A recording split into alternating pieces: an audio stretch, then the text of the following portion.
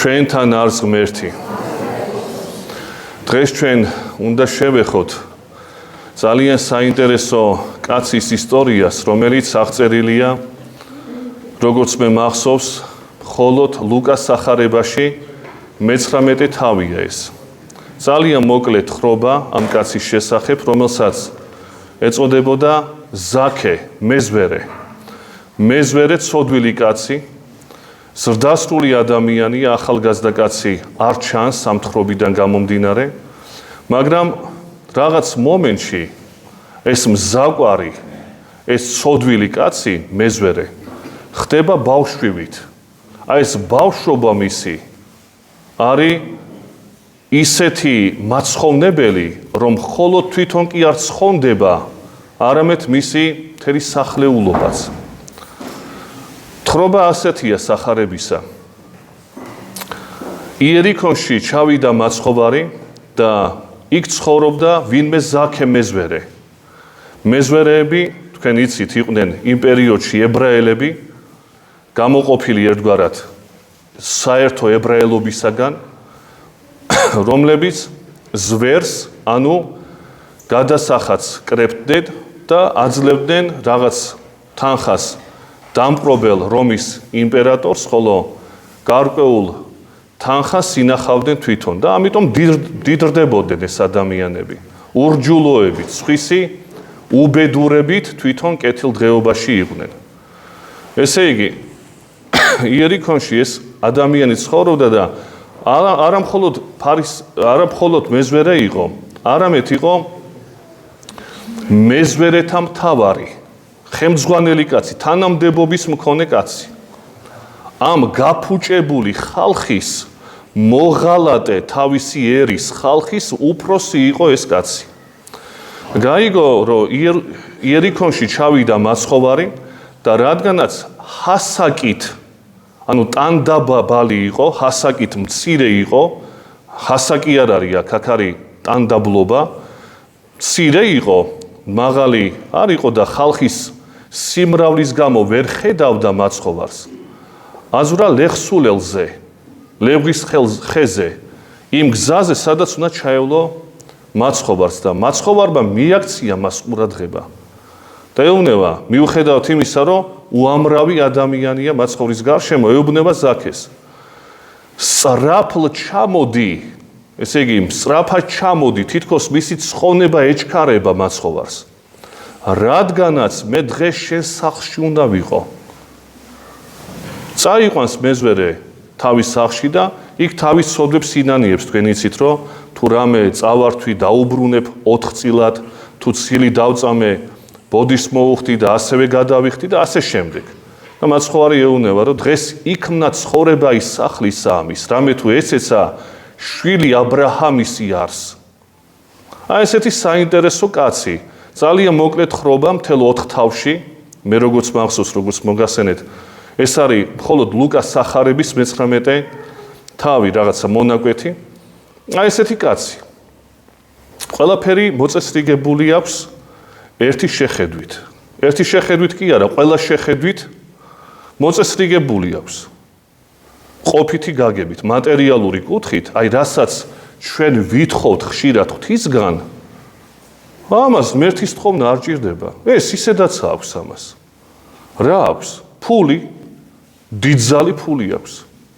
თანამდებობა ემორჩილებიან მეზვერეები. ანუ თავარია ამათი.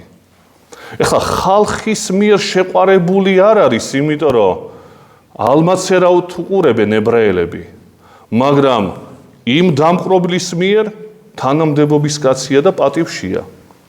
ცოლშვილიანი კაცია. ოჯახი ყავს. რამდენი შვილი და როგორ ეს არ ვიცით. საიდან ჩას რომ ოჯახი ყავს, იმიტომ რომ დღეს იქნა ცხოვრება ის სახლისა ამის. ესე იგი, ოჯახზეა საუბარი. ზრდასრული კაცია. შეიძლება ითქვას, რომ ყველაფერი გადაიტანა ამ კაცმა. ეს რაღაცა გულჩვილი ადამიანი კი არ არის, რომელსაც წიგნი არ აქვს წაკითხული, ან ხალხს არ იცნობს, ან გულუბრყვილოა. ეს არის უხეშად ვთქვით, გაღლეტილის ერთი. გაფუჭებული ერთი კაცია.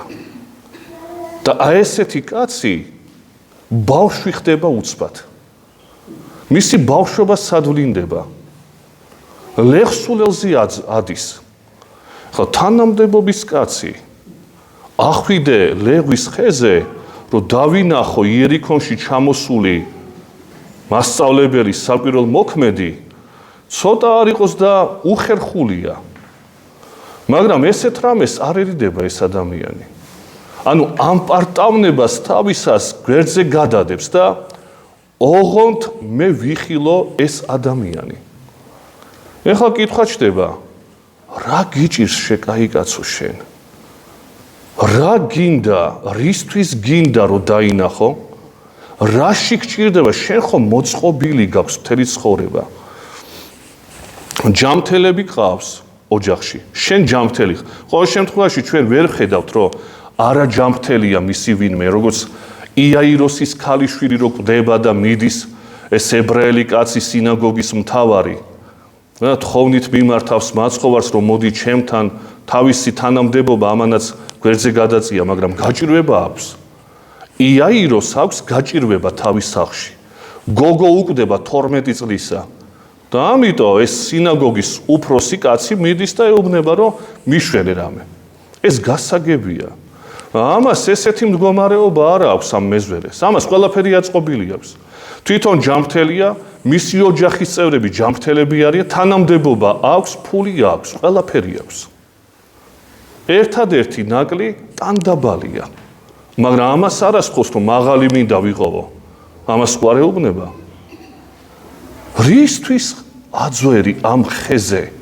რაში გჭირდება ეს ყველაფერი? აი კითხვა. მე ფიქრობ, ამ კაცს ის არ ასვენებს, რაც ცხოველებს არასოდეს არ ექნებათ. არ ასვენებს ცხოვრების მიზნის გარკვევა. ეს მატერიალური კი მაქვს მე, მაგრამ ცხოვრების საზრისი რა არის? ყველაფერი ჯამრთელობა თან ყველაფერი მაქვს. და რისთვის მივდივარ, სად მივდივარ მე?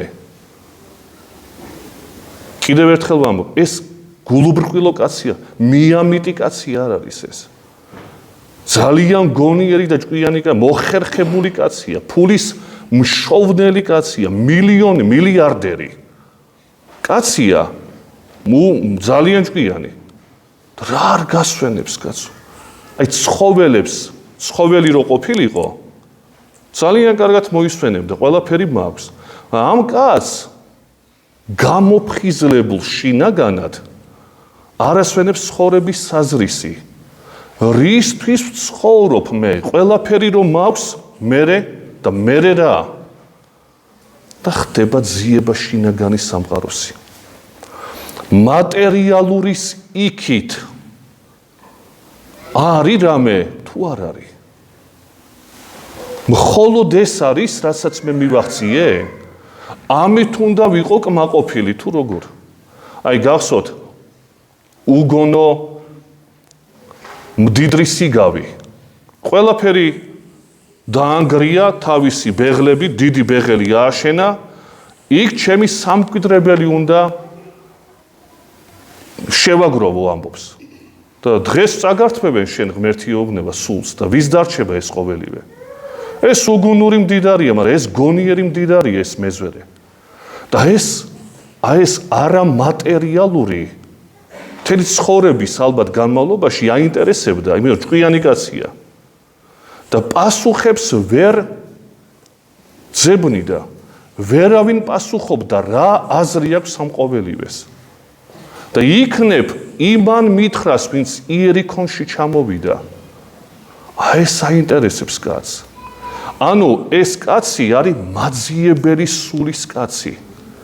ეს გამოფხიზლებული სულის კაცია. და არა ჩარჩენილი თავის კეთილდღეობაში, მატერიალური კუთხით.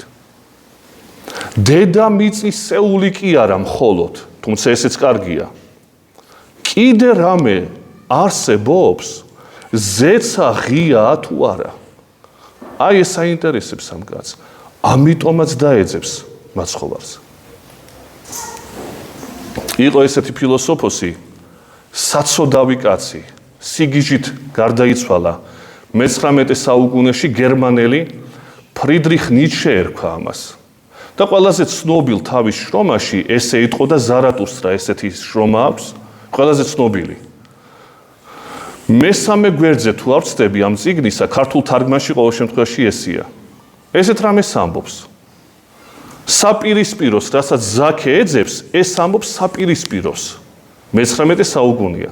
მატერიალისტი, უღმერთო ფილოსოფოსი ეს რამეს ამბობს.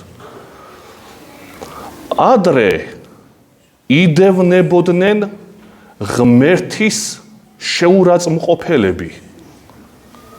და დღეს ჩვენ ხომ ვიცით, რომ ღმერთი მოკვდა და ისინიც დაიხოცდნენ, ვინც შეურაცხყოფას აყენებდა ღმერთს. ანუ დროთა განმავლობაში დაიხოცდნენ ესენიც. აღარც ღმერთია და აღარც ეს შეურაცხმყოფელები. და რა უნდა ვაკეთოთ ახლა ჩვენ? ჩვენ ზეცა რადგანაც დახურულია, ამბობს ეს კაცი. მთელი ყურადღება დედამიწაზე უნდა გავამახვილოთ. აი როგორი აზრი ჩამოაყალიბა ამ კაცმა. ღმერთი მოკვდა ამბობს. აღარ არის ფასეულობები სულიერი. ანუ საპირისპირო, რასაც ეძებს ზაქე, ნიშესთვის ეს ყველაფერი არის ავადმყოფობა. ზაქეს მატერიალური დედამიწა ყველაფერი აქვს, დედამიწისეული. რასაც ნიში ამბობს, რომ დედამიწას უნდა მივხედოთო, ეს იმას კი არ ნიშნავს, რომ დედამიწა გადავარჩინოთ, ამას კი არ გულისხმობს. ნიშნავს, რომ მატერიალური ფასეულობები უნდა იყოს დღეს აქტუალური. ზაქესთვის ეს აქტუალური არის, მაგრამ ეს არის მხოლოდ, აი კითხვა მისი დასმული. და ნიშესთვის ეს გარკვეულია. ზეცა დახურულია, ღმერთი მოკვდა, შესაბამისად ფასეულობები სულიერი აღარ არსებობს. აბა რას უნდა მივხედოთ? დედამიწას უნდა მივხედოთ. დედამიწის ფასეულობებს. ანუ სხვაგვარად რო ვთქვათ, ცხოველები უნდა ვიყოთ ჩვენ. და ვინც უფრო ძლიერია, ნიშეს თქმით, ზეკაცი თუ ხარ, მაშინ გადარჩები. თუ არა ხარ, პატარა კაც უნდა თუ ხარ, უნდა მოკვდე შენ. იმიტომ რომ დედამიწის კანონი არის თვით გადარჩენის ინსტინქტი. აი ამოტრიალებული ვარიაცია. რომელი მიმართულებით ცხოვრობთ ჩვენ? იმ მაძიებლობით, რომელიც ზაქეს აქვს. ყველაფერი მაქვს მე. ჯანმრთელობაც, ფულიც, ყველაფერი. ეს არის მხოლოდ თუ ამაზე მეტია კიდე ადამიანი. ამ კაცმა გამოიღვიძა ზაქემ. და ბევრი ადამიანი ამ ჭაობში ხო ცხოვრობს. გამოღვიძებულები სულაც არა ვართ ხშირად ჩვენ. პრობლემებს ეძებს ზაქე, შეიძლება ვთქვათ. იმიტომ რომ ადამიანური საკითხია, მხოლოდ ადამიანს შეუძლია იაზრონოს როგორ. რისთვის დავიბადე? რისთვის მაქვს ის, რაც მაქვს? რისთვის ვცხოვრობ? კარგს ვაკეთებ თუ ცუდს? თავისუფალი ვარ თუ მონა? ეს ადამიანური ცნებებია. ცხოველებს ეს არა აქვთ. აი დედობრივი ინსტინქტი ეს ცხოველურია ჩვენში. მშობლის ინსტინქტი ეს ადამიანური არ არის. ეს ცხოველურია ჩვენში. სუფთა ადამიანური არის ის, რაც ჩამოთვალე ჩვენ. ფულის მოხვეჭა ცხოველურია, იმიტომ რომ ცხოველს ფული რა შეჭირდება? იმას ჭირდება ჭამა და დასვენება, კომფორტი, როგორც შეუძლია. ჩვენ ფული, იმიტომ კომფორტი მოვიწყოთ, ანუ ერთი და იგივეა.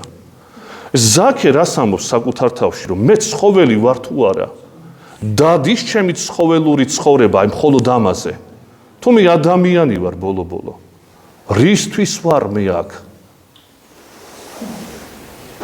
პასუხს მე შემდგომში ახლა სახარებიდან კი ვერ ვიგებ ჩვენ, მაგრამ ალბათ მაცხოვარი ეუბნება, აბა სხვაგვარად არ ეტყოდა, რომ დღეს იქმნა ცხოვრება ის სახლისა ამის. დედამიწის ფასეულობები კი არა მხოლოდ და ღმერთი მოგდა. პირიქით, დედამიწის ფასეულობები კარგია, მაგრამ მხოლოდ ეს არ არის საინტერესო. მხოლოდ აქამდე არ დადის ადამიანი. რატო? იმიტომ თუ ღმერთია, მაშინ ფასეულობებიც არის, სულიერი ფასეულობებიც არის და მაშინ მე ღმერთის მსგავსი რო ხდები, ჭეშმარიტად თავისუფალიც ხდები და მაშინ ვარკვევ მხოლოდ რისთვის ვცხოვრობ მე. სხვაგვარად ჩიხია. უკვდავება თუ არ არის, მაშინ ჩიხია. იმიტომ ყველა კვდება და რა მნიშვნელობა აქვს როგორი ცხოვრებ მაშინ. იმიტომ რომ შენი სახელი, აი გუშინაც ვისაუბრეთ ამაზე, ხვალ და ზეგ დავიწყებული იქნება.